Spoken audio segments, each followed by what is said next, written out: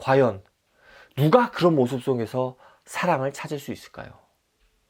성경에서 말하는 사랑의 모습, 어디에 그런 모습이 있습니까?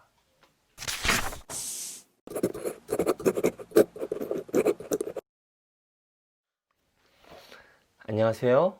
믿음향기 이신영입니다. 오늘 또 함께 할 수 있어서 정말로 반갑습니다. 우리나라 기독교는 대다수 복음주의를 표방한다 라고 이야기합니다. 복음주의가 아니다 라고 자신있게 이야기하는 경우는 정말 보기 힘들죠. 그런데 복음주의가 무엇이고 어떻게 발전해 왔는지 아는 사람은 많지 않은 것 같아요. 좀 안다 싶은 사람이라면 존 스토트를 이야기하는 정도일까? 그런 우리에게 미국과 우리나라의 복음주의에 대한 역사, 쟁점, 과제에 대해 이야기해주는 책, 바로 이 책입니다. 배덕만 교수님의 복음주의 리포트를 소개합니다. 이 책이요. 지난번 10월 언박싱 영상에 그때 구입해서 소개한 책입니다.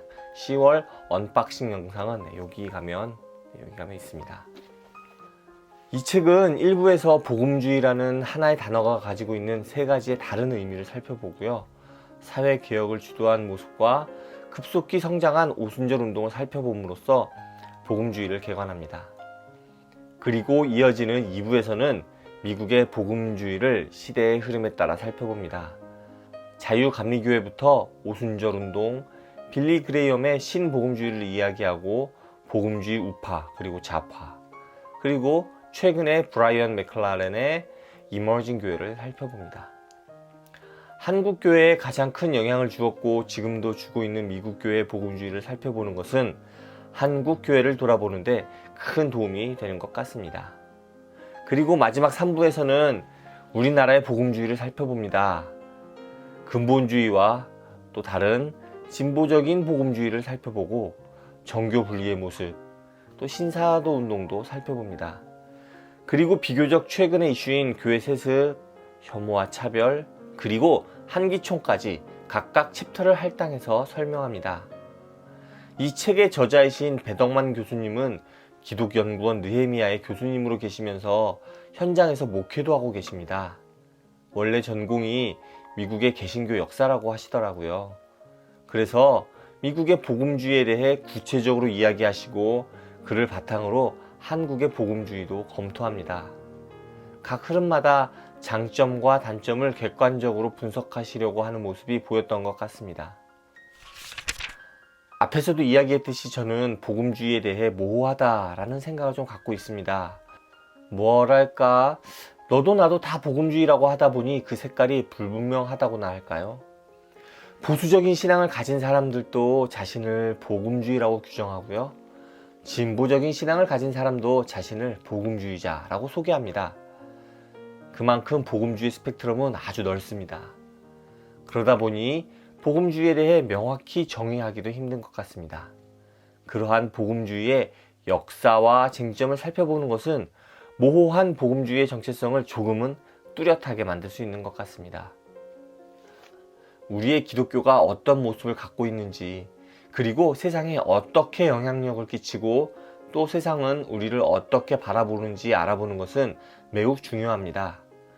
영상의 처음에서 이야기했듯이 대다수의 기독교인들은 자신을 복음주의자라고 규정하고 있죠. 그래서 복음주의를 살펴보는 것은 우리 기독교를 돌아보는 것입니다. 우리 기독교의 모습을 살펴보는 것입니다. 그럼으로써 기독교가 나아가야 할 방향을 고민하고 결정할 수 있습니다. 이 책에서 이야기하는 우리의 복음주의는 어떤 모습일까요? 성경을 문자 그대로 의심 없이 믿어야 한다라고 주장하고요. 또 신비로운 이적과 계시를 구하는 모습이 꽤 많은 것 같습니다. 그러면서도 자신의 이익을 쫓고 또 대형교회 목사는 세습을 통해 부를 자녀에게 물려주는 결코 성경적이지 않은 모습을 보여줍니다. 그러면서 계속 성경적이다 라고 이야기하죠. 그리고 타자를 향한 혐오와 차별을 아무렇지 않게 행함으로써 사랑과 포용보다는 구별짓고 나누는 종교가 되어가고 있습니다. 게다가 정치적 수구 세력과 손을 잡고 정치화함으로써 기득권을 지키고자 합니다. 물론 자신들은 아니다, 우린 절대 그렇지 않아 라고 이야기하고 그 본질은 사랑이다 라고 이야기합니다만, 과연 누가 그런 모습 속에서 사랑을 찾을 수 있을까요? 성경에서 말하는 사랑의 모습, 어디에 그런 모습이 있습니까? 다행히도 그런 모습만 있는 것은 아닙니다. 그 안에서 세상의 어려운 이들을 위해 진심으로 헌신하고 세상에 하나님의 나라를 위해 헌신하는 복음주의 진영도 있습니다. 이 책에서 진보적 복음주의라고 칭하는 이들은 소금과 빛의 역할을 감당하기 위해 지금도 노력하고 있습니다. 하지만 그 세력은 보수적이고 근본주의의 모습을 따르는 복음주의의 세력에 비하면 정말 너무 미약합니다. 하지만 요즘 다양한 이슈들이 터져 나오면서 그런 진보적인 복음주의를 따르는 이들이 점점 늘어나는 것 같은 느낌을 받습니다. 제 주위를 보면 젊은 사람들의 신앙은 나이 드신 분들의 신앙과는 다른 모습을 갖고 있는 것 같습니다. 세습이나 혐오, 차별에 대해 거부감을 느끼는 경우도 많은 것 같다는 생각을 합니다. 그렇게 하나님의 나라는 조금씩 가까워져 오는 것이 아닐까요? 그러나 여전히 교회 기득권은 근본주의적이고 보수적인 복음주의자들에게 있습니다. 그러다 보니까 교회에서 못 버티고 뛰쳐나간 가난한 성도들이 계속 늘어나는 것이겠죠. 가난한 성도들의 급격한 증가는 우리나라 기독교의 주류인 보수 복음주의에 대한 회의, 이렇게 해석할 수도 있다고 저는 생각합니다. 그리고 교회를 뛰쳐나간 그들이 여전히 가난한 성도로서 신앙을 버리지 않고 있다는 사실도 한번 돌아볼 필요가 있는 것 같습니다. 우리나라 기독교의 복음주의는 과연 어디로 가야 할까요?